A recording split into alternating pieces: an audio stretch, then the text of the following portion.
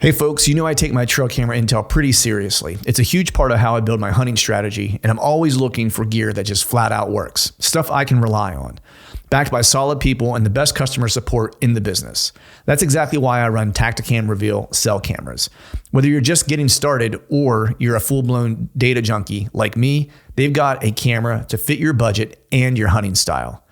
My go-to currently is the Reveal 3.0 series with fully integrated GPS. These things are dead simple to set up. Less fiddling, more scouting and hunting. And they run on most major service providers and will automatically connect you to the strongest signal in your area. So no more hiking to the top of a ridge just to realize you've got the wrong service provider. Been there, not fun. Here's the kicker. You don't even need an SD card. That means fewer trips in, less pressure on your spots, and more real-time intel sent straight to your phone. And if you pair it with a Reveal solar panel or a lithium cartridge, you can keep those cameras running longer and spend more time doing what actually matters. Scouting new ground, dialing in a setup, or maybe, just maybe, finally cleaning the garage like you told your wife you would before the season started. Don't just take my word for it. Check out Tactacam Reveal at tactacam.com. Tactacam. Everything you need to take your hunting to the next level. Stay more comfortable, more concealed, and in the stand longer with Oscio gear. Premium camouflage apparel created for bow hunters by bow hunters. Oscio's revolutionary patented camo patterns and innovative features are designed to keep whitetail bow hunters totally invisible and dead quiet. Elevate your game with Oscio. Visit asiogear.com and take 20% off your purchase with code TRUTH20. If you're like me, e-scouting isn't just part of the process, it is the process. And nobody's doing it better than Spartan Forge. This is a veteran-owned company that built the only science-based scouting platform on real GPS collar data and artificial intelligence to predict deer movement. But where it really shines is with their imagery. Spartan Forge now has a high-res UAV coverage for 80% of the whitetail states, down to 5-centimeter detail. That means you can see trails, old logging roads, cuts, even subtle vegetation changes that most apps completely miss. And if you really want to get nerdy, their LiDAR layer breaks right through the canopy so you can see the forest floor. Gives you some visibility to those hidden draws, ditches that big bucks absolutely love to live in. Add in historical wind data and a desktop-only features like Eagle Eye and Cyber Scout, and you've got the most advanced hunting app out there. Start your risk-free 14-day trial today at spartanforge.ai.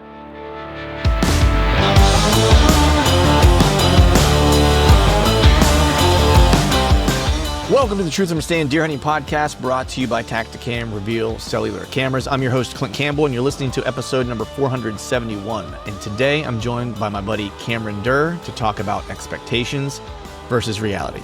So stay tuned.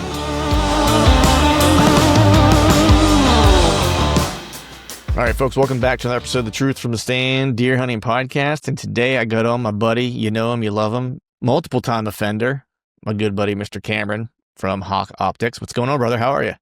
Hey, Clint. Hey, doing pretty good over here. Thanks for having me. Little bit different December this year than I'm used to, but that's in a good way. I'm sure we'll talk about that a little bit. But yeah, I'm glad to be here. Thanks for having me. Heck yeah, man. And welcome from Canada South is where you're living now. Yeah. Yep. With all your snow, man, you're just getting pounded out there, dude. Like you said you got 10 on the roof and like more coming down now. So if the internet's spotty, it's because Cameron's in in a blizzard currently. Yeah, the lake effect's hitting us pretty good. So yeah, apologize if there's any delays. Dang, man. So it's like I've never lived anywhere where there was lake effect snow. Like the worst I've ever gotten. I mean, we had a blizzard when I was a kid growing up. I want to say it was like 1996 or something like that, where it was just an incredible amount of snow. I was snowed in for like a week at my house, all that kind of stuff. But that was like, you will get like a nor'easter that'll blow through and drop some snow. But that lake effect, man, because I have some buddies that live in and around like the Rochester area and stuff like that, in that area. And of course, we both have mutual friends that live in Michigan, near the lake and stuff like that. And it just seems like it's like a different world. Like when the lake effect snow happens, it's like, hey, you getting some snow? It's like, yeah, we haven't had any this year. Then it's like, did you get any snow lately? It's like, yeah, we got 3 feet yesterday. Yeah, that's kind of how it happens. It drops all in one time. And I mean, we have 10 inches or something right now. And it's like a pretty normal thing. It's like, oh yeah, we're good. The mail didn't get delivered today, but that is what it is. Mailman got a day off, but other than that, like life goes on. So Yep. I'm super ill equipped because we just got like 7 inches of snow, and I don't know what it was, like 2 years ago maybe. Like I had a tractor that had a plow, it had a snow blower attachment for it and stuff like that. And I always used the plow and I liked it, but the tractor started falling apart. My wife was making fun of me because I didn't have any brakes on it anymore. So the way I stopped is I would just run it into the back of the garage and just run into the wall. That was how I stopped. And otherwise I just didn't stop, you know? Because it was just so old. I mean, the thing was from like 1994 or 95 or something ridiculous like that. I think I paid like $200 for it, and it was still a tank and still ran. And I finally was just like, you know what, I'm going to get rid of it, because mowing the grass, it wasn't so bad, but like plowing the snow, because like you can't really stop. And like, I was like, I don't want to run into my car or my wife's car with the plow and stuff like that, you know? So I was like, I've probably dodged this bullet about as long as I'm going to dodge it. I should probably just give it up, right? So I got rid of it, and the guy who mows my lawn, super nice retired dude. I hate to even say I have a guy who mows my lawn, because I thought I would always mow my lawn. My stepdad still makes fun of me for this. And he also does snow removal. So he just swings by the house and like, you know, like he has a snow blower. He comes out and like gets the snow out of my driveway. And, but yesterday we had a bunch of snow, and my parents were here, and I was trying to get to the jiu-jitsu gym in the morning. And so my wife also backed into her garage door. So we're waiting for a new garage door to be delivered. So her car's parked outside. So I had to go out and shovel out my parents' car, my car, or my wife's car, so I could get to jiu-jitsu. And then my daughter's car, because she's not going to go shovel it out. And that was when I thought, it dawned on me, because, you know, my lawn dude didn't show up, like obviously first thing in the morning to get rid of my snow. You know, he was going to wait until like it was completely done snowing and then come do it. And I was like, yeah, maybe I need a snow blower. Like maybe I should take that part of my manhood back, is getting rid of my own snow. Yeah. That's the least you can do, right? Right. Because you got, like, you're on the farm, dude. You got like probably like a full get up out in your neck of the woods, don't you? Yeah. I mean, it's still an old girl, but we got a 1990 something. I don't even know what year it is. Ford 65 horse tractor with a loader on it. So we're not getting snowed in. No, you're getting out there, getting after it. So did you bust it out already? Did you clear the snow? Oh yeah. We're good. Oh yeah, we're good over yeah. here. That's my dude. Nice. I love riding that tractor for like food plots, or dude, I got the road cleared. It's like I'm Right. plowing everything. You're like, as much time as I can get on that. You're like calling people up down the road, like, hey, y'all need some plowing done? I'm out. Oh yeah, I'm here. I love it. Now, question is, you know, do you do it with a road soda? Because I know when I like to mow on the tractor, I might have like a little yard soda with me while I'm mowing. You know, I'm not sure if plowing sodas is appropriate or not, but I think I'd probably try it. It'd probably work, but my ride's it's an old girl. The ride's a little rough. The ride's a little rough. Ride's a little rough. It's like, you don't need any help looking drunk, is what you're saying. Like, yeah. I might be in the ditch, right? And it wasn't the beer's fault. It wasn't. Nice. That's awesome, man. Well, you know, talking snow, right? Happy Thanksgiving, buddy. I know we missed the Thanksgiving holidays happen, and Merry Christmas to you guys as well. Yeah, we got that too. coming up. You know, you and I text and stuff. We keep up with what, you know, each other has going on during the course of the season, but we haven't had a chance to actually talk. And so, you know, we're sitting here in December now, and you know, you got some deer in the freezer, right? And I know at the beginning of the year, when things were kind of kicking off, you know, me, you, and Chad were all supposed to go to the plains, and like that didn't happen, and you were disappointed. But I think you came out the other end better than both of us, to be honest with you. Probably. Right. So how's the season kind of felt for you? We'll get into like some of the particulars and stuff like that, but how, like, take me through, like, you know, what your expectations kind of were, and like how you're feeling now. Yeah, expectations were low, honestly. I had 2 really good years, 23 and 24, and it was both on the same farm. And hunting that farm, I thought, I was like, if I kill this one deer, I don't know that there's going to be a deer next year that I'm going to want to hunt after this deer. And lo and behold, I kill him in December, and I'm like thinking, okay, laying a little bit of groundwork for trying to figure something out for next year. I didn't have the highest hopes for Ohio. I was like, I think I'm just going to have to let things shake out, and instead of putting all my eggs in this basket, I'm gonna have to venture back to properties that I used to hunt. Because I just had a good thing going there. But you know, you have a pretty good year, pretty good couple years. The landowner's like, I think I want to start hunting again. And then his boy's like, yeah, you know, I think I'm gonna get back into hunting. And it went from a property that nobody's hunted in 15 years to me hunting it 2 years. A guy on the like a neighbor just popped up hunting, and now the landowner, and now a son, and now it's like, well, this is just entirely changed. So just wasn't feeling that good. Going into Ohio, had the North Dakota trip. Me and Trey Kearns have been going out there for 5 years now, and always super pumped up for that trip. Took a trip out there in July to hang some cameras, get a feel for the crop rotations. The inventory was good going into that, so felt good about that. And I was like, pretty much, I'm going to focus on the North Dakota trip, and then whatever happens after that happens. I didn't have Kansas.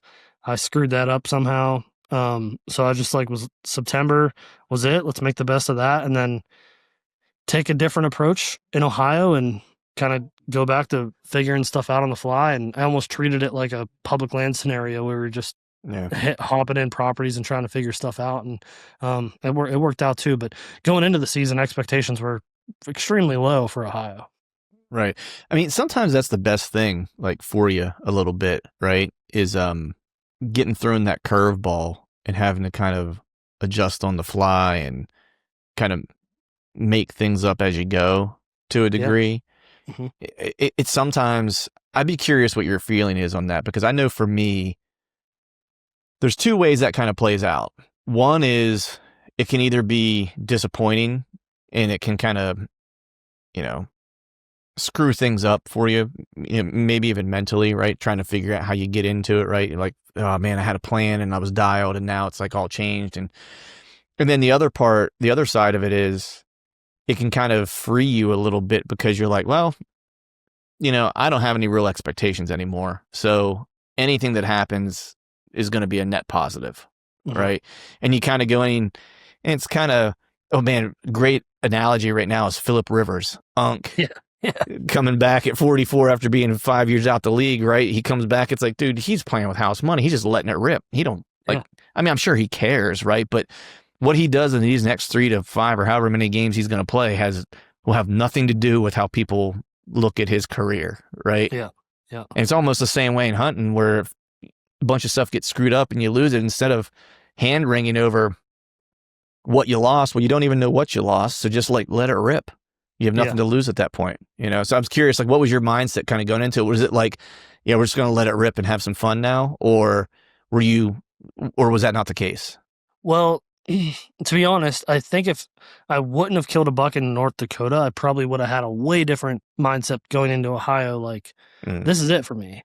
Killed a buck in North Dakota. So it was like, Ohio was almost, dude, just try some things, just try to figure some stuff out. I mean, you've been kind of here for the entire journey of me as a bow hunter. So you've kind of seen all the different things. And early on, I had some success, but I wasn't fully like figuring stuff out. I was like, things were happening, and I was like, okay, now I have the chance to analyze why that happened. And there were just some properties that I almost looked forward to going back. Like, I've hunted these properties pretty similarly since 2018, 2019. I have a totally different understanding of like deer and bow hunting and stuff now. So I almost looked forward to like I'm going to hang my cameras almost in similar areas where I was getting pictures of deer, but I'm going to hunt totally differently. And there were 2 properties in particular that I kind of look forward to doing those. And I learned a lot again this year, and I applied all the stuff that I've learned from working at Exodus and talking to folks like you. And that led me to have a totally different outlook on that season and the way I was going to hunt. And it paid off too. So I was lucky again. Yeah. I mean, isn't it funny how you can, old almost becomes new again with just a little flip of perspective. You know? I mean, that's all it was too. Yeah. Yeah. It's, you know, cause you can use, even if you're using similar tactics, right? Like but you'll use them just slightly differently, or when you use them might be a little bit different, you know, with a little bit more experience and seat time, if you will. Right. So, I mean, how was it different? How is it different this time? Is there any one thing that kind of sticks out in your mind that was different on a property that you've hunted in the past, but like now going back with more experience, having access to more people that you've been able to kind of pick their brains and stuff like that? Was there anything that sticks out in your mind where you got there and you were like, oh man, I'm doing this way differently this year. And like when I was here previously, it's like if like 5 years ago, I would have done this. Yeah. 100%. You said the word in what you just said, but access, the way that I looked at access, and it's a heavily pressured area. There's a lot of people hunting. There's multiple people that just hunt this property, and they all access one way. They all have access from the same spot, the same way. There's a power line that goes up, like splits the property in half almost. And then there's like a swamp to the east of the power line, and there's a road to the south. Everyone walks down the road, walks up the power line. And that's how I always accessed. Even if I wasn't going all the way to the power line, I'd walk that road and then cut up into the woods. And it was like a wind direction thing. I was like, I could only hunt this on an east wind or a north wind. And I always thought that on my mind. And that's always because I was like, I have this access.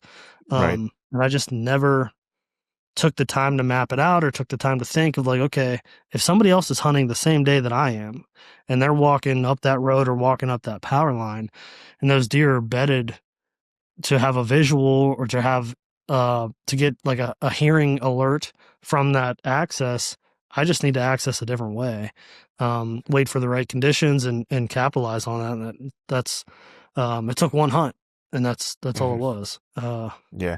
So yeah, that it was the way I just approached the access and used how everybody has hunted that property for year over year over year over year to my advantage, to the deer keen to that. So I just kind of backdoored them. Yeah. It's funny because sometimes when everyone uses all the same access, it's good to use their access because it's the area that's you're not boogering anything else up, right? Like if you're thinking about, there's one spot in particular I can think of that I use the most obvious access to a certain point because that's the same access everybody else uses and the deer aren't going to be alarmed. It's also like some areas that people like to hike. And so they're used to just seeing people there. They're used to seeing people. They're used to seeing probably a bike occasionally, whatever the case is, right? And it's not alerting them, right? But there is a certain point where I kind of have to bop off that particular access because I'm like, when guys are going back past a certain point, there's a certain point of distance where it's very clear just based on the what I'll say is the maintenance or lack thereof of where you would hike or walk. Sure. That's clear that the only people who are going beyond a certain point are people who are hunting. Right. And so I kind of in my mind look at it and go, okay, from point A to point B, it's going to be really hard to mess anything up because people are hiking this, walking their dogs, like doing whatever. Once you get to point B, the rest of that trail or that route is going to be hunters only, probably for the most part. Yep. And so at point B is where I jump off and then I use a different access to get into this spot because I assume other hunters are going to be using the obvious access, right? Yeah. And I get into this little spot, and that was actually where I had the one encounter that I had with a shooter this year in PA. That was where I had it, was there. I hopped off there, and it might be a half-mile hike from that point. I think the total hike from the truck is I think it's about a mile in total, so it's not like super far. Sure. But about half of it's on this easy, everyone's hiking it kind of access. And then the other half is, I have to do a little bushwhacking, to do, not making a ton of noise, but it's an access route that I've used a couple different times over the years. And I kind of know how to bebop around the brush and where like the down trees are at and stuff like that to make my way through.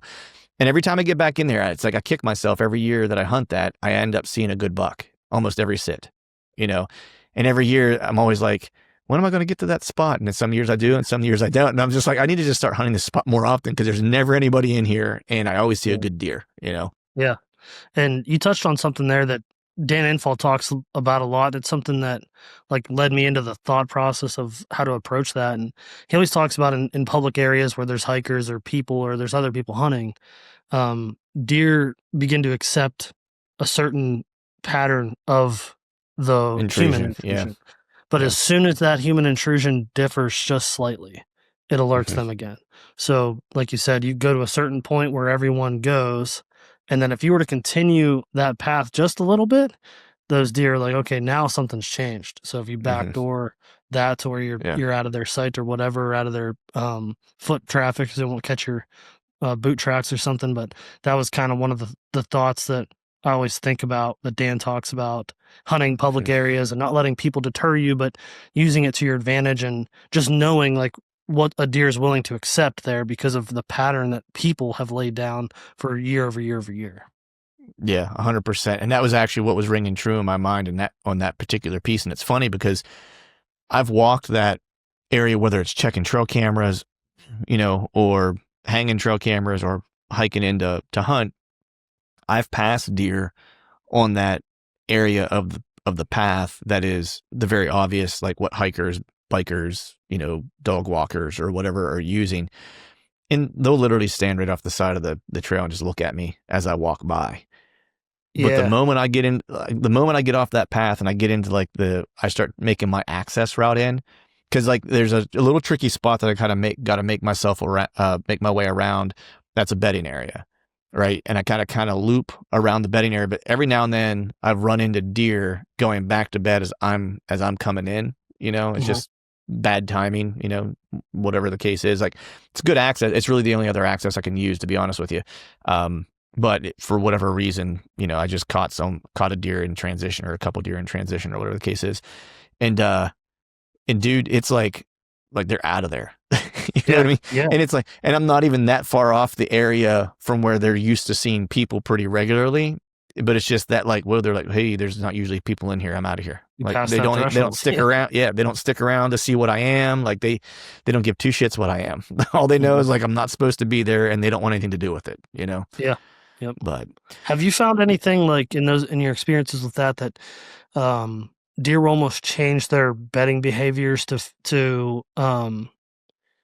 always prioritize keeping that access, whether it's wind or visual? Like say they have the wind over their back catching that trail, but the next day the wind is opposite, that they will stay bedded or to keep the visual, I guess. Like they'll turn around to keep the visual. Because that's kind of what was playing through my head in this particular access, was that no matter what the wind is, the deer are going to have to keep that access a priority. They have to stay either in visual sight or smell of that access point. Right. Have you seen that? Yeah. I think, so I would say not particularly in this spot or in like big woods settings or timbered settings, only because I don't see them very often, bedded, right? What I will say is so this is kind of like the art and science, right, of bow hunting to a degree. You don't always see what you want to see in one particular area, but you might see it in a different area where you have better visuals, and you can start to take, I won't say causation, but correlation from one place to another. And it's reasonable to think, a deer is a deer. And if they're trying to survive, they want to try to survive using all the similar kind of advantages.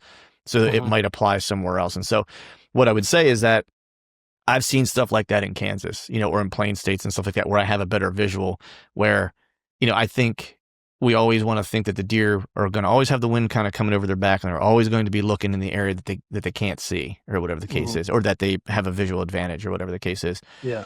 And I would say most of the time, but I would say not every place that they bed are they able to do that, and they may not get up right away and make a move, when the wind switches right away, right? Sure. And so I think at times, they might have a bulletproof spot to a degree that they just feel really, really good in, that they want to bed in regardless, and that they'll prioritize maybe their visual, especially if there's something behind them. I can think of one setup on a property, like on a family property actually, where there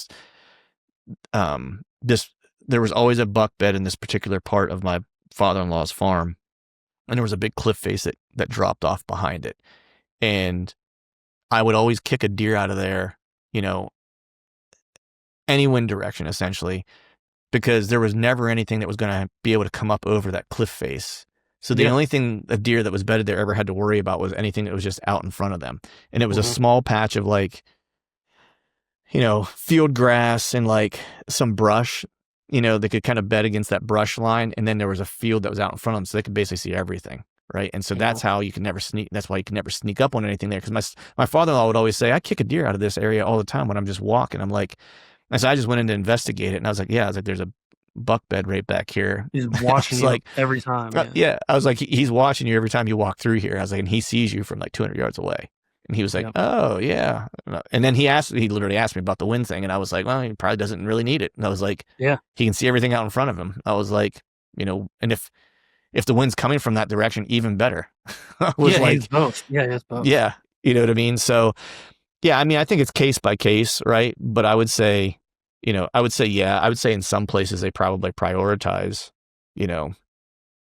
having that visual. I think especially, I don't know, I'd be curious. I do want to talk about your Dakota hunt, but I'd be curious because this year, I was actually able to watch in the plains a couple different deer bed and watch them get out of bed and watch them bed and then move during the day and stuff like that. And I haven't really been able to see that in years past. I would know where they went to bed, but just didn't have a visual on them when they were there getting up or bedding down.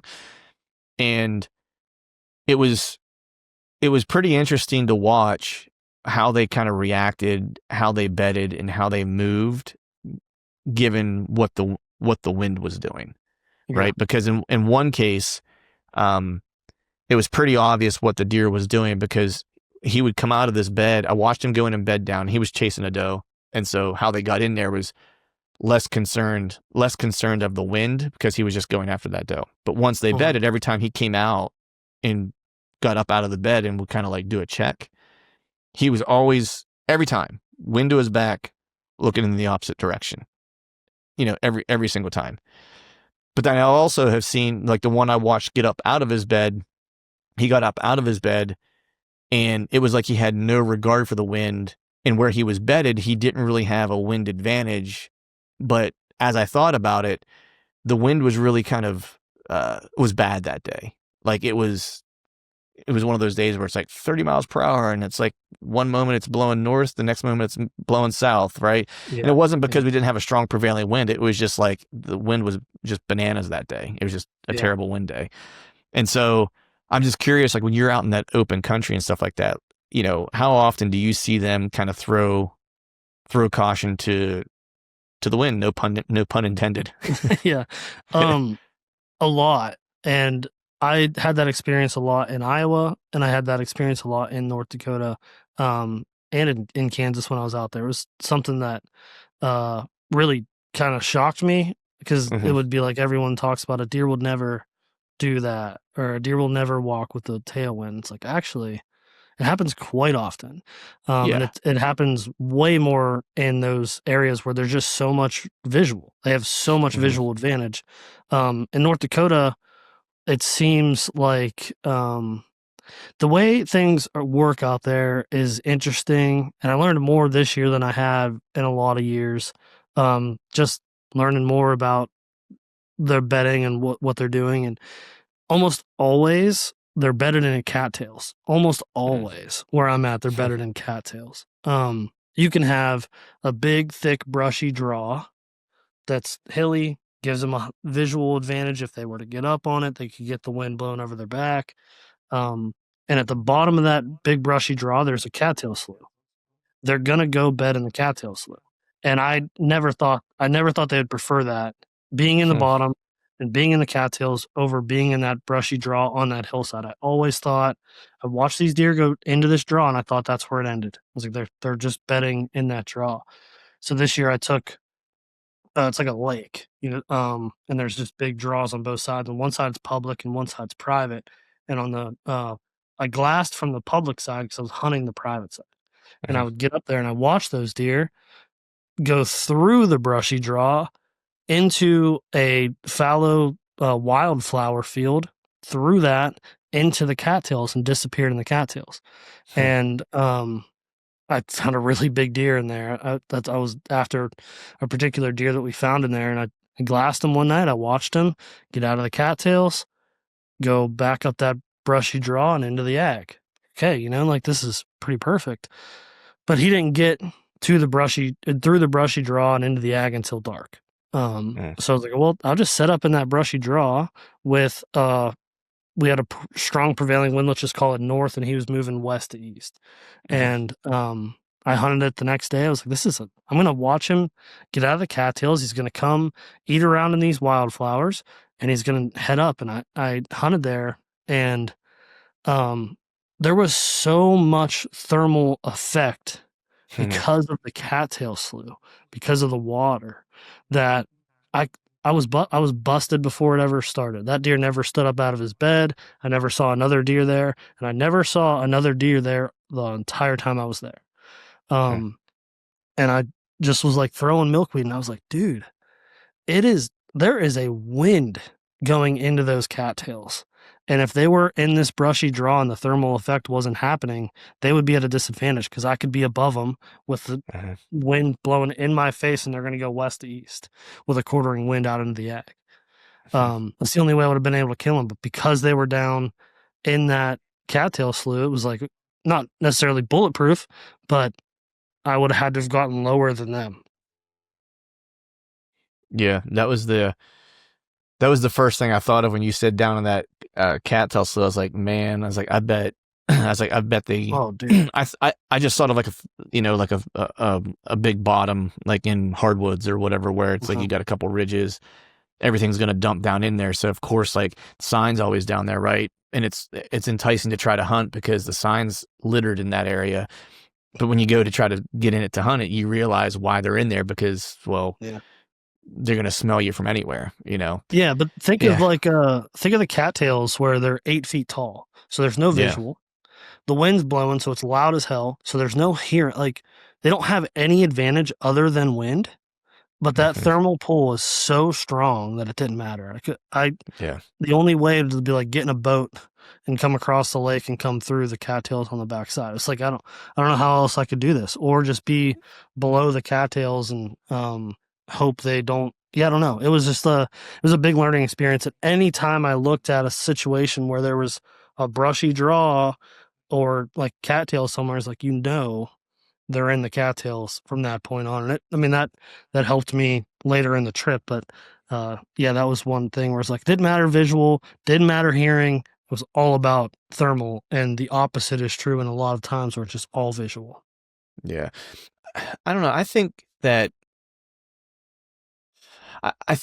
depending on where you're hunting, tell me if you feel differently, because after hunting a bunch of different states, a bunch of different type of terrain and stuff like that, I feel like, they have their senses, right? The smell, visual, and hearing. And I think that any of those three are equal in terms of importance, depending on where that deer lives. Yeah, 1,000%. Because I think to your point, it's like I've watched in the plains too often where it almost felt like I'm watching a deer that just does not care about what the wind is doing. Like does not, it doesn't even register, and then, and so I think for them, I think that visual is so important that, of course they'll use all of them at the same time to survive. Right. But I feel like in those areas, they, at least my experience in the plains is that they use a ton of visual. I get picked off more often by deer visually out there than I do getting busted with scent, like 100%. Yep. Or sound. Yeah. Because everything's so quiet out there and it's hard to hear, especially if you have wind ripping and stuff like that. It's so hard. I mean, you can't hear shit and they can't hear shit either. And then I feel like whenever I'm in the big woods or in PA, I get busted way more often by getting busted, getting winded than I do anything else. Right. And then part of that's because I set up with risky winds because I'm trying to give them as much of an advantage as I can to get them close enough. Right. Sure. I'm not doing anything stupid, but it's just, I don't often get seen. I will more frequently get smelled than anything else. I think about the setup that Chad was hunting that big deer in Ohio. And I almost think sound was his kryptonite because of how loud his access was. The only time that we had a pretty decent hunt in there, it rained all morning, and we got in there quietly. So we took that portion away from it, and Chad had an encounter that morning. Yeah. The other times that we tried to approach in there, one, the car door closing, he had to start parking way further away to avoid that. But his access in there was just so crunchy, it's so loud. There's layers and layers and layers of leaves that deer heard him coming from like literally a half a mile away. Yeah, that, and it's like the amount of acorns that were in there too. You were like on roller skates going down the side of that, the side of that ridge too. It's between the leaves and sliding down the side of all those leaves. It's like it's make a lot of noise. It's wild, man. I don't know. That's what I love about traveling to hunt different places, because you start to just see them do different things, and you start to put those pieces together, and you start hunting other places that you kind of borrow from the experiences that you had, whether it's in an open country kind of area or big woods or whatever, and you kind of find these little things where it's like you realize that not any one of these things is precious necessarily. There's it's not a universal truth, right? Because we're also not saying that a deer, and just for example, for a PA, can't prioritize visual, right? It just depends. Like, he could be living in an area that's really, really open, and they're on the edge of like a cut or something like that, and that's where they like to live. I'm just making a very kind of static example, right? That they could just be prioritizing visual, in that particular area, because they feel like they're bulletproof everywhere else. They'll hear anything coming from behind them because it's thick and nasty, right? And they're just going to watch this, from the top of this ridge down, and that's how they're going to stay safe, right? Yeah, it's makes it fun, man. It's always something, and I usually guess wrong. Well, that's the thing. It's like what it does for me is it doesn't allow me to just like make generalizations or make it doesn't allow me to rule things out. Like you can get in an area and you're like, well, they wouldn't be bedded like this because the wind's doing this. Like, don't think like that, because I've seen deer do that exact thing. So it allows me to like physically have to go learn and figure that out, rather than saying, well, I could never hunt here because the deer are going to be doing this. So that's kind of what I like the most about that scenario. It's like it actually sucks because it could be any combination of the three or whatever. Like, they could be bedded based on whatever variable. And it kind of sucks because you can't roll anything out, but it keeps you focused. Keeps you on. And it forces you to actually put some boots on the ground and try to figure it out to a degree, right? Because I think sometimes people get you and I both love using trail cameras and the data, and getting our bearings, like using that, because it's a really good way to kind of build a real good baseline. But the art of all that comes in when you take all of that and then you start to put boots on the ground to kind of confirm the things that you have hypothesized about, right? Like there's not a substitute for that. Like, if you don't do that, then you're just kind of hoping that you get lucky. Right. You have to kind of like go in and kind of validate some things that you're seeing. I'm seeing a deer on trail camera that's always walking with his ass in the wind, right? You're like, why does that make sense? Well, probably need to go do some searching and figure it out. Like, oh, when he comes to this area, he's clearly spending a lot of time.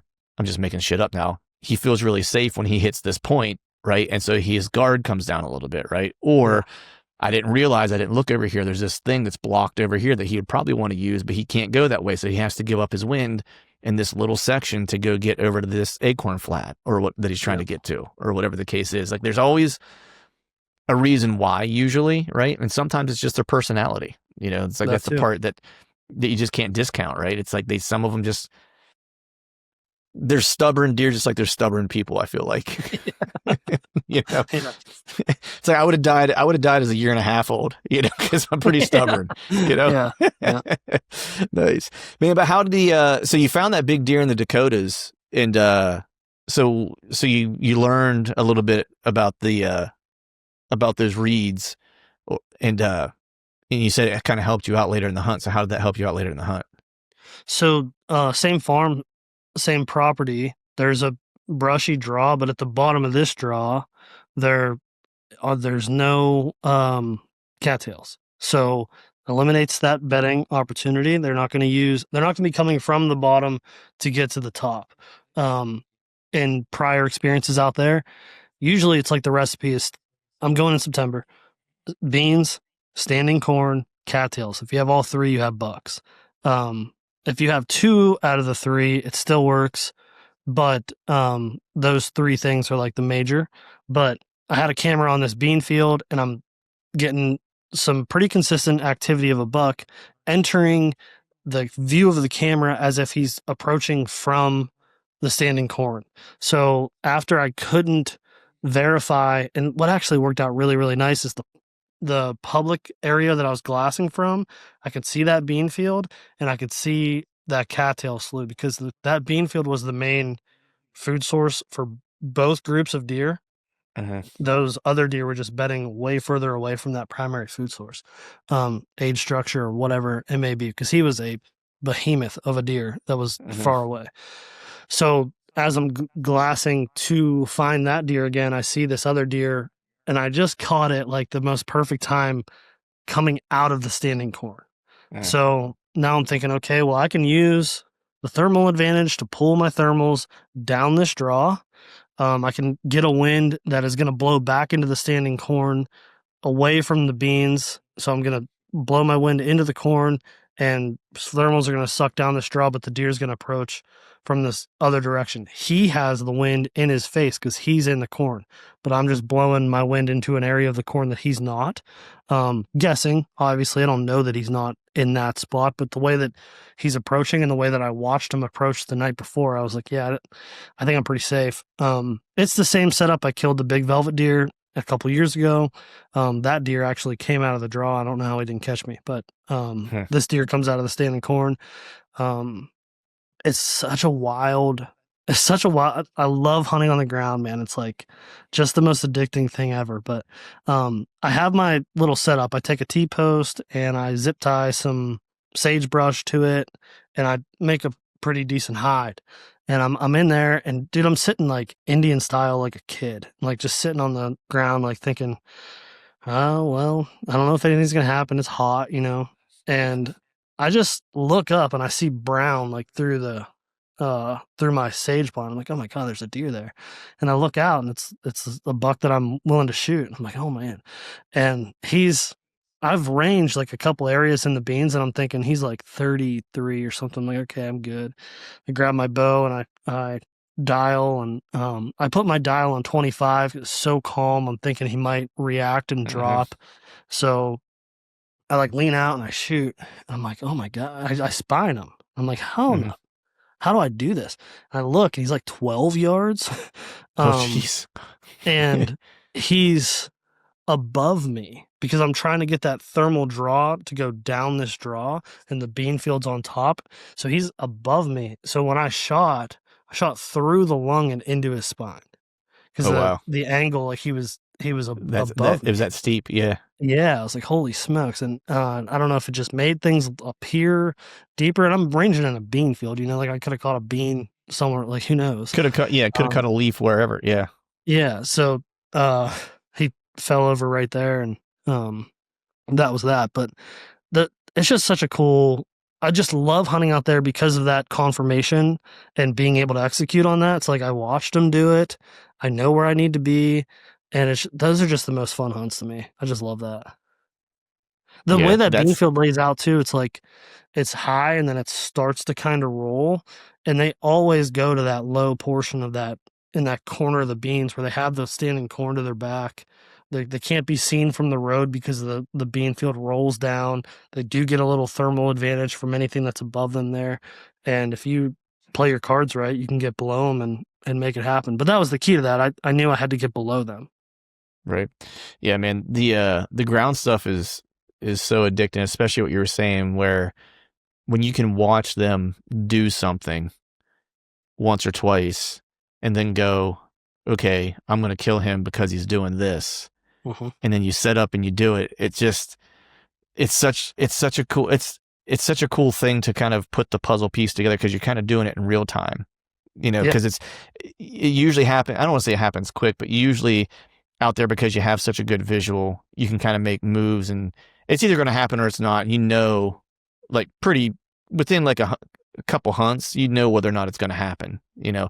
It's not like hunting the timber, hunting big woods, where it's like, okay, I've got some trail camera pictures of this deer. I saw him in the middle of October once. Now the end of October, maybe my plan is correct. Maybe it's not. Maybe I know what he's doing. Maybe I don't. Yeah. Like we're on a 7-day loop. Let's try to figure out which day they're on. Yeah. There's so much that's up in the air and that, but out there, when you get into those plains, it's you get confirmation on what you think is happening versus what's real versus what's imaginary. And you get confirmation when you screwed it up, like almost immediately.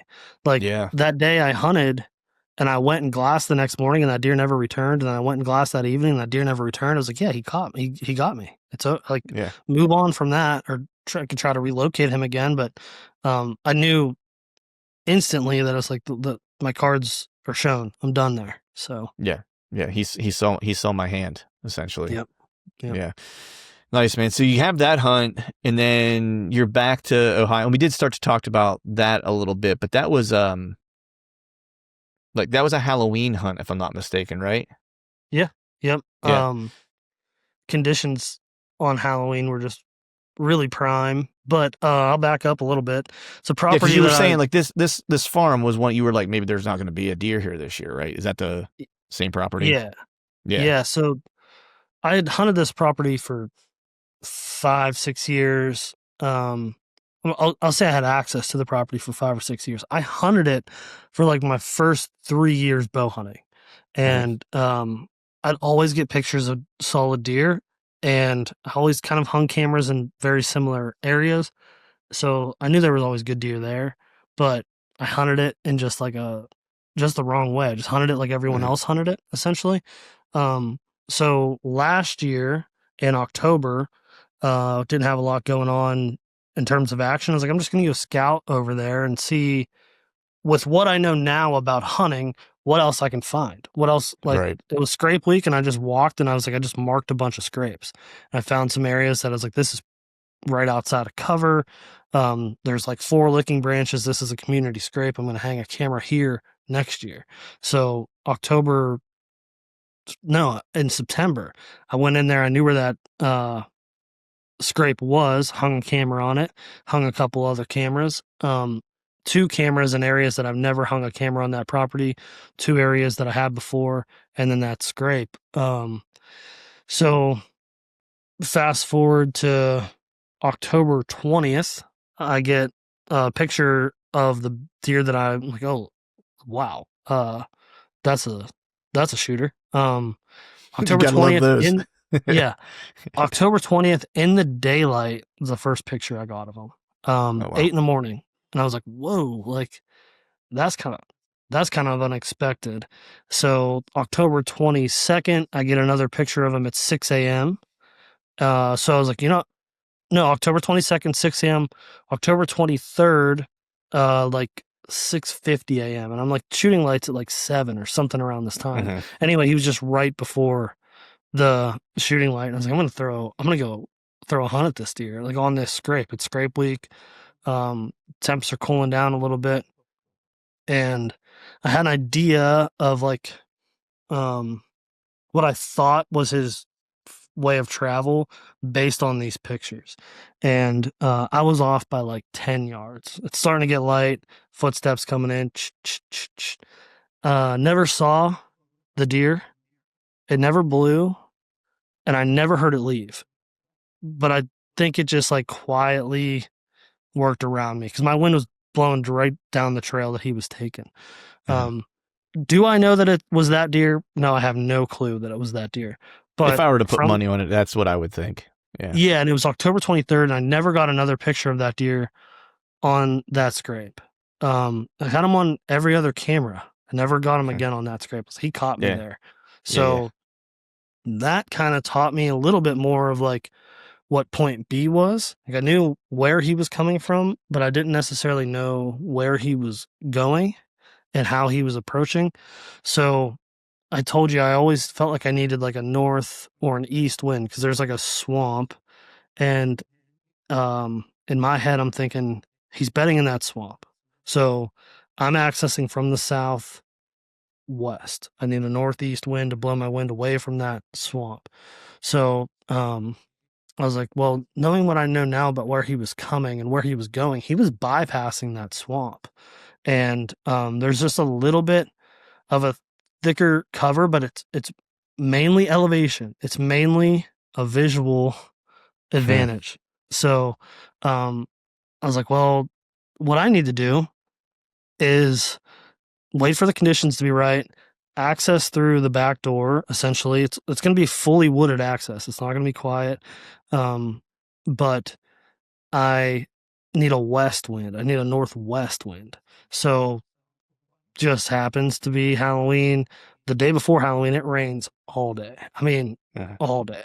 So like, I got to go tomorrow morning. This is it. This is going to be the absolute time to do it. So that's what I did. I parked my truck and started walking straight through the woods. I didn't get to the parking area until 10 minutes after shooting light. Cause I was like, it's going to be, I don't know, it's going to be a mess getting in here. It's just like 800 yards fully wooded.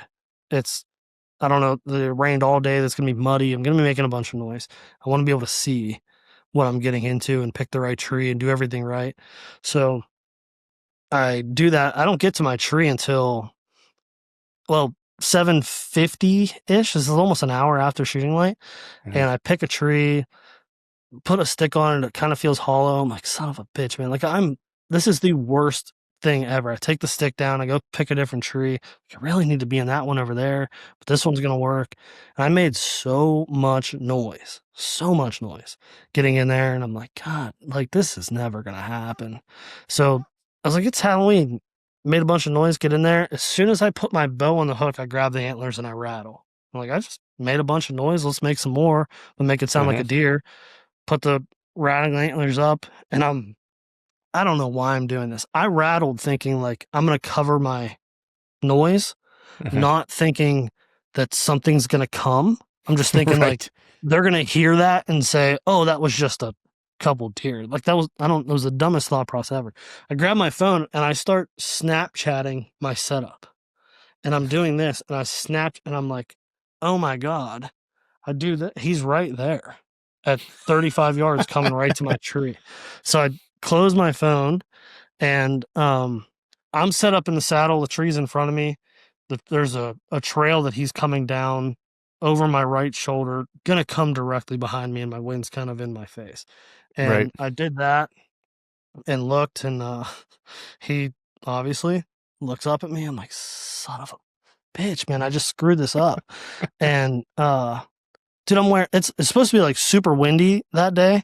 I'm wearing a puffy jacket. Like every movement is super loud. And I'm thinking, this is over. So I just grabbed my bow and I was like, I just got to grab my bow. He sees that I'm here, but it's Halloween. Who knows what mindset he's in? I just need to have my bow. And I grab my bow and I turn this way because I'm going to draw if he does something, and he blows and takes 2 bounds and stands behind this gigantic tree. And he's probably at 35 yards. I'm like, dude, he's not gone, like he has to, he's going to want to come look or smell or see what that was. And he's going to take 2 steps from behind that tree. He got behind that tree and I just drew back and I waited, and a couple seconds later, he takes a couple steps out, looks back, shoot, he's done. Yeah, that was it. I was like, holy crap. So I was in the mindset of like, there's no way that any of that happened. I was like, I spooked him. I'm going to get, like, there's no way I got this shot. So I call my buddy Brandon. I'm like, dude, I just shot at that buck. I'm thinking there's no way I hit him. I just shot at that buck. Yeah. I didn't think there's any way I hit him. I was like, I just shot at that buck. And this is the most, I'm not going to lie. I'm not going to be like, this isn't what I did. This is what I did. I told myself, I'm going to wait 25, 30 minutes, calm down, and I'm going to go look in that area and see if I can find my arrow, see if I can find any blood. And I told him, I was like, I'm going to wait 20, 30 minutes. And I get down and I go look and I find blood. And then I find like this much, like 3/4 of my arrow covered in blood. I was like, oh my God. I was like, I got him. I was like, everything looks good. And I call him back and I was like, dude, I got blood. I got my arrow. I'm going to get out of here. And he was like, didn't you say you were going to wait 30 minutes? I was like, yeah, hasn't it been? He's like, you called me 7 minutes ago. I was like, dude, I couldn't take it. I couldn't take it. I just thought there was no way. I thought he was gone forever. But the way that he reacted, the way that like he just bull rushed out of there, dude. Like he was going through some of the thickest stuff. I was like, he's either like, I'm never coming back here ever, or he's hit. And it just turned out that he was hit. But yeah, I don't know. I learned a lot about that hunt, and it did a lot of the confirmation for me. But it was like one of those deals where if you look back at it and really reflect and are truly honest with yourself, anyone that I talked to before I recovered the deer, I was like, I'd be lying to you if I didn't force that shot. If it wasn't a situation where I didn't know if I hit him. You know what I mean? It was like shooting through a little bit of obstruction. It just was like, I play the, dude, I hate to say this. I play the scenario back from Chad.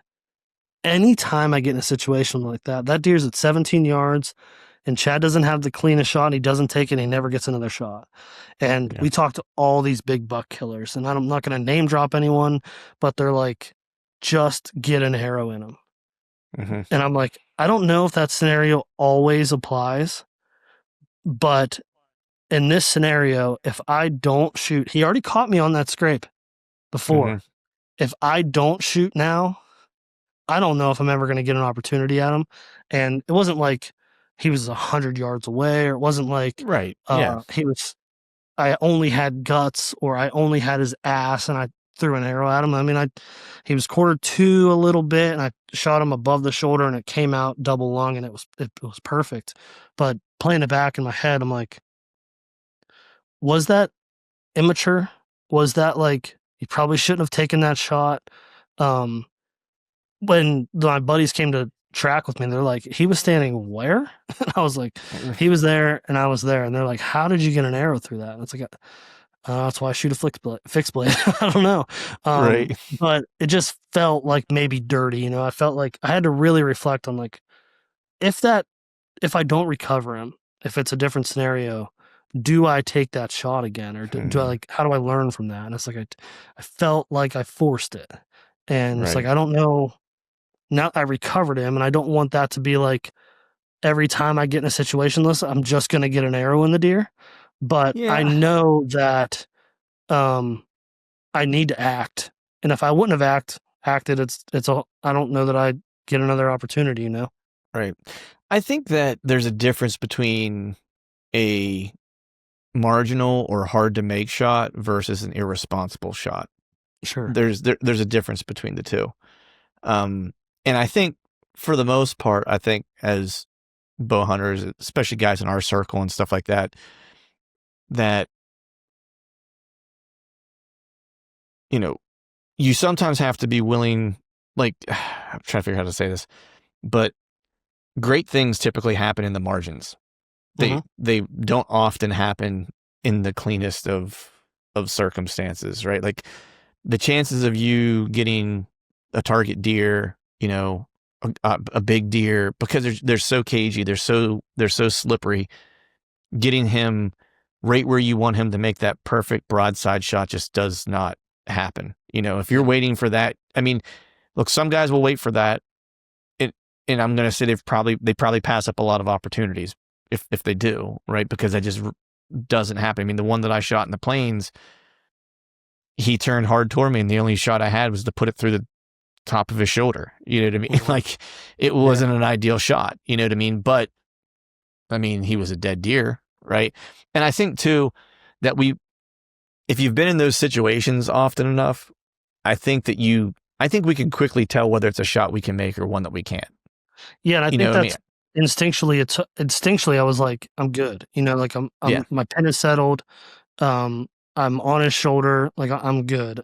Like in those scenarios is like a running joke with anyone that knows me. When I say I wasn't sure if I hit him, I black out, dude. Like I can't control myself. Like I totally am like, I don't know if I hit him because I'm thinking it wasn't because the shot was so stupid that I was like, there's no way I hit him. It was like I just blacked out. But looking back, I don't bring that up to be like to encourage people to take bad shots. Right. Yeah. I do encourage people to not wait for the perfect opportunity every time because it doesn't always happen. Yeah, I think there's a couple things there, though. I think that it's one, if you've done it often enough, you know, or you've been in situations often enough, you know a shot that you can make versus one that you can't. You know, know your skill set, right? I think the other part is how much time do you spend with your weapon, like, and how much confidence do you have in it, right? That's, I think, a determining factor as well. And I think when you've done it, I think when you've done this, I think when you've done those two things often enough, right, where you're familiar with your weapon and your competency, and you've been in those situations often enough to judge a good shot versus a marginal shot versus like just a bad shot opportunity, you can kind of quickly in real time figure out which one it is, you know? Yeah. And I think the less experience you have, the more hesitant you probably are. Great example for me this year was that spot I was telling you about that I had the one encounter with the shooter this year in PA. That was like October, whatever it was, 15th, 16th, 18th, something like that. And I had him at 20 yards and there was one little window I could slip it through, and I was okay with the left to right, but there was a branch that was hanging down in front that I was going to have to get my arrow under. And compound all day, I would have took the shot. Like it was a no-brainer, you know. Longbow, I just wasn't comfortable because I hadn't shot at deer in the timber shooting through stuff, and I wasn't comfortable with what my up and down was and what I can get away with. It was going to be close. Could I have made the shot? Maybe, right? Could it have clipped the branch and I just not have, and it had like my arrow was going to rise too much? Possibly. I just didn't know, you know, and so I didn't take the shot, right? But if that lower branch wasn't there, I would have taken the shot all day, even though I had to slip it through between two trees. You know, his vitals were between the two trees, and I would have taken that shot, right? Yeah. And so I think, but that's, again, me just not having as much experience with that bow. I wasn't willing to take the risk because I just didn't know, right? Yeah. Different scenario, different weapon. I take the shot all day. Like it would have been a no brainer, you know? Yeah. And I think that's just the difference, right? It's like, it's the confidence in your weapon. I'm not as confident with this one as I am my compound, right? Because I've shot that one for years, right? This one, second year shooting a longbow, first year hunting with it, right? So it's like I'm a little bit more hesitant, you know, not as confident. Sure. But how what was the track shot? Was it pretty close? He went like 160. Yeah. I shoot a tooth of the arrow, 1 inch broadhead. Same. So it's not like the most impressive blood trails ever. There's blood, but I have a 27-inch draw, 27.5-inch draw. I'm not putting the most energy out there. I need penetration. I got a complete pass through. The arrow broke off on the opposite side. The turning point in the track was when my buddy Corey found the fletchings, and they were just bubbly and coated. And like from that point on, I was like, dude, we're in good shape. And he just got on a trail and he actually died in his bed, nice. Which was kind of cool because I got to kind of see this was going on. And that's when I learned. Yeah. That's when I learned, like, the way that he was laying when he died, he had something up against his back. He had a log up against his back, and visually he could see out across towards that power line, but he could also smell it. He also had a west. Like he prioritized, he's like, I'm going to see this no matter what. That's when I kind of learned all that, but it was cool, man. And rattled a buck in on a 45-acre parcel. Never rattled in a deer in Ohio before. It felt good. You know, I was like, I need to wait for the right conditions. I got the right conditions, like found the deer, figured out what he was doing. It wasn't the same feeling as like watching him do it and then executing it, but it was like, here's what he's probably doing and it working out. I mean, I was off a little bit. I was still off, but thankfully in the rut, they're a little aggressive, and he came to some antlers and came downwind of me, of course. But it just played out. I mean, he's a tank too. Nice. Yeah. You got, oh, sweet. Heck I don't yeah. know if you can probably see the whole thing, but Yeah. I mean, We'll make it to where it's landscape whenever we edit it so people can see the whole thing. look at that tine. Dude, that's crazy. How long is this G2? Are they like 14? It's like 12 and a half. 12 and a half? Yeah. Nice. It's like 7 and 8 inch brow tines. I mean, That's crazy, man. He was a stud. What did he end up scoring? 162. 162? Nice. Yeah. My biggest That's a hammer bow buck. buck. Yeah, Nice. biggest bow buck. If you don't count the velvet, Right. which I don't, because velvet's adding some inches. He's my biggest bow buck. So yes. Nice. I was jacked, but it was October and I was done. You're done. And then you did some hunting in PA though recently, right? You did a little. Were you gun hunting? Is that what you were doing? Yeah. When I was talking to you last week, is that what it was? Yeah. I mean, I work for a rifle scope manufacturer. I should probably break the rifle out. You know, probably break the boomstick out once in a while. Yeah. So I kind of was thinking, it'd be cool to shoot a buck with a hawk scope on it, and it just didn't. It didn't work out. I haven't spent enough time in PA to figure anything out, but I took that opportunity to learn some new areas and figure some stuff out. I still had a good season, but just didn't come up across anything that was worth pulling the trigger on for me. So, yeah. Nice. I mean, I was already sitting pretty, so I didn't want to. Yeah, I wouldn't. I wouldn't complain at all if I were you. Yeah. Nice. So what? Man, I know you and I are similar in this way. Our whole group of friends is really, one season kind of ends, and we always start to kind of think about the upcoming year, and we're always trying to get better at something.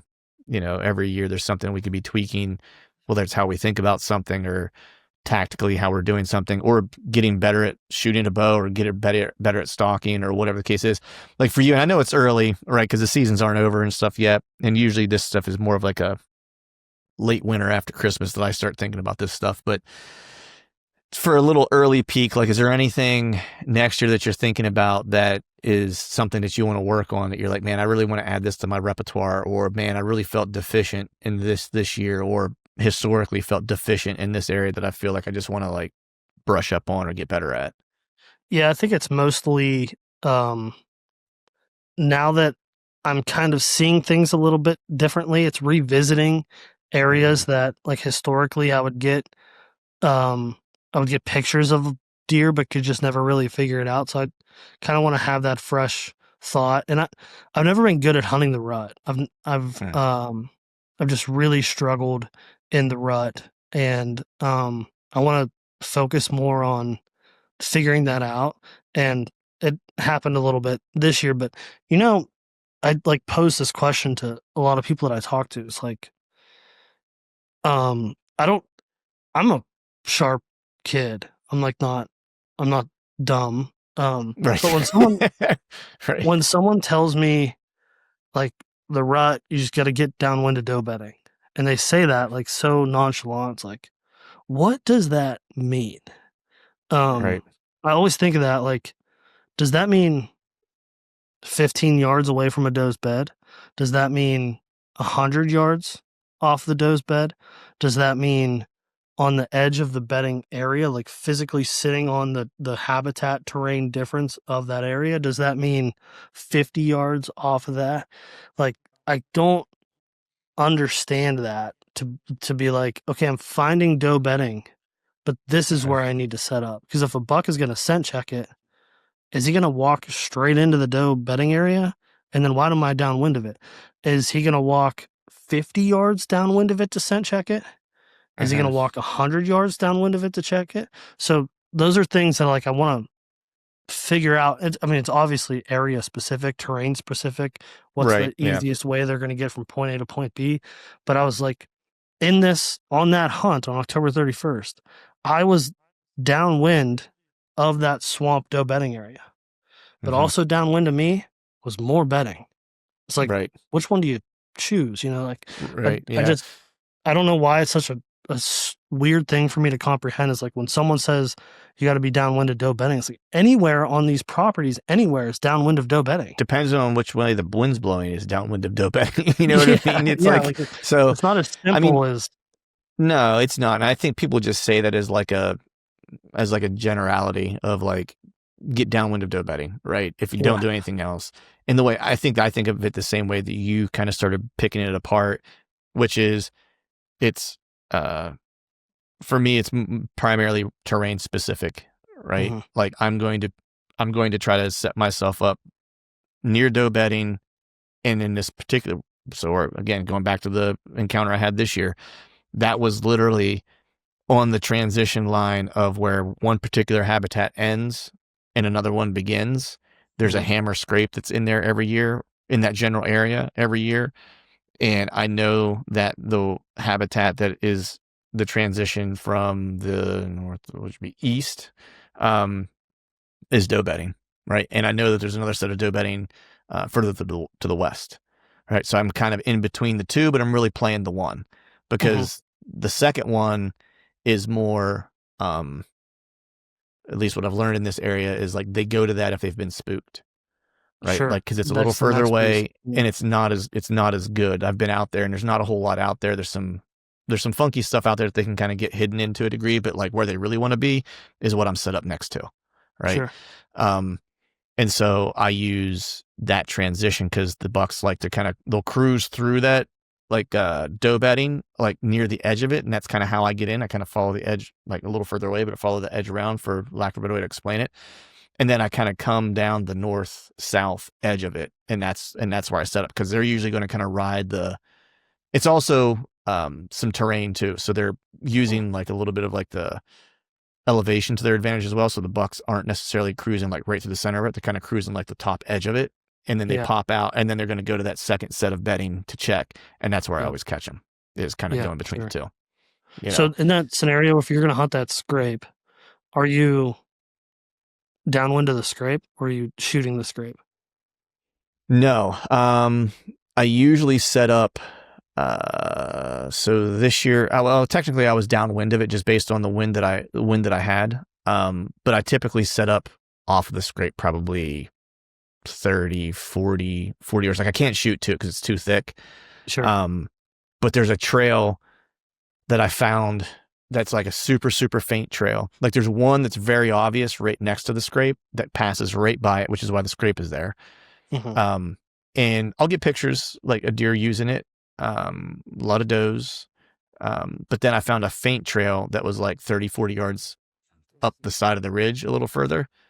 And sure as shit, that's exactly where that buck walked. And so my assumption was like, hey, fewer deer are using it, but it's probably deer that are just kind of scooting through, not hitting the scrape and just checking it on their way by. Yeah. And what would do that? That would be a buck that would be doing that, walking to the next set of doe bedding. Right. Yeah. Like, so that's why I set up there. And I picked a tree out this summer when I hung a trail camera in there. And I mean, it was the right spot. It was even a good trad bow setup because I was within trad bow range. It was just, he just needed to come in at a little different angle, so I didn't have to deal with that low branch. But yeah, that all makes sense. But yeah, that makes sense. Yeah, that's cool, man. That's a good thing to kind of try to pick apart because it's depends from piece to piece what people mean by that, right? So cool, man. Well, hey, buddy. That's right. But man, I know you got a family dinner to get to. I don't want to get you in trouble this close to Christmas. I want to make sure you're on the you stay on the nice list and don't get on the naughty list. You know what I mean? So let's I'll do that for you.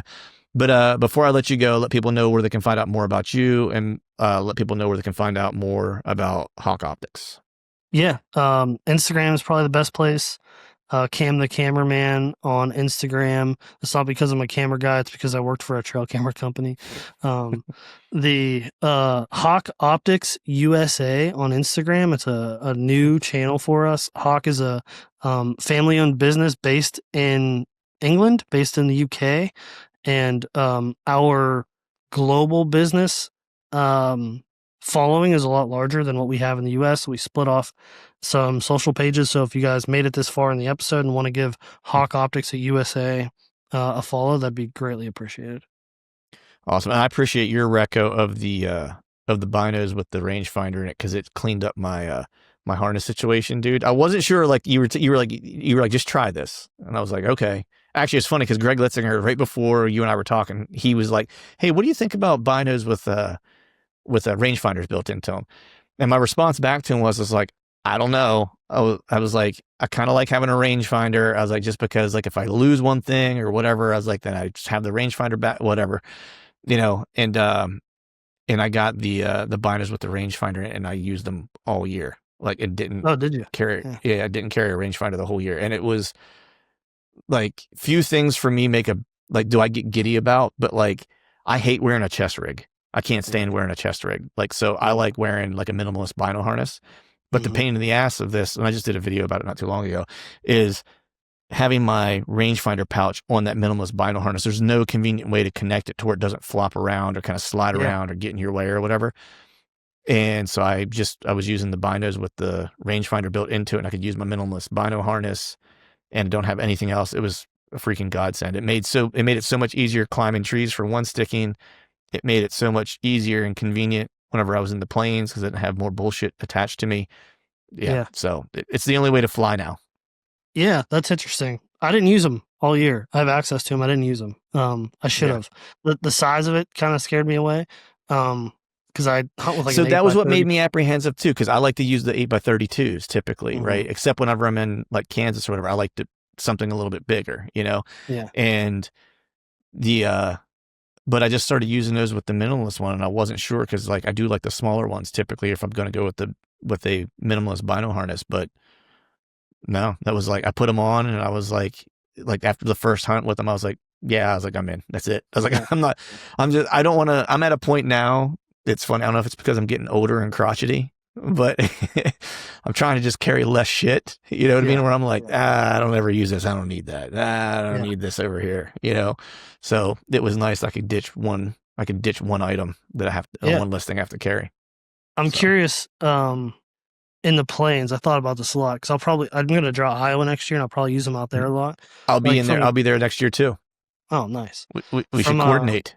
Yeah, dude. I'll be a little bit north of you, but we'll figure it out.